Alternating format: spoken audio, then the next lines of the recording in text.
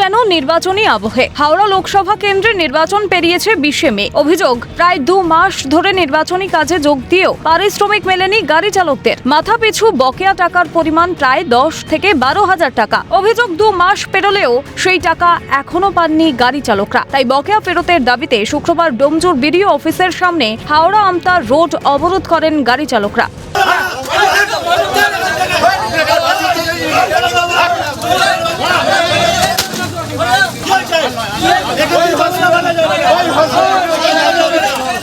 দু মাস ধরে ডিউটি হচ্ছে কন্টিনিউ, ঠিক আছে।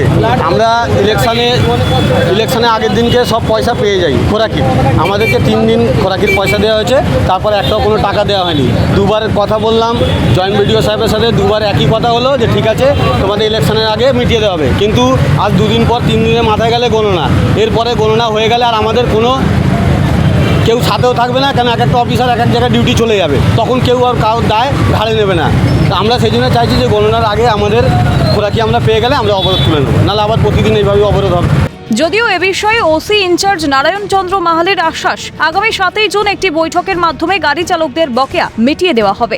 অবরোধ বলতে আমাদের যে খোরাকি যে টাকাটা ডিস্ট্রিক্ট থেকে আমরা পেয়েছিলাম 3 দিনের, সেটা আমরা পেমেন্ট করে দিয়েছি। এবার 7 তারিখে স্যার বললেন যে বসবেন, তো ওনার সঙ্গে কথা হয়ে গেছে। 7 তারিখে আমরা বসবো। ইন্সপেক্টর ভেহিকেল সাহেব অলরেডি আসছেন, উনি পার্সোনালি ওনার সঙ্গে বসে নিয়ে কথা বলবেন।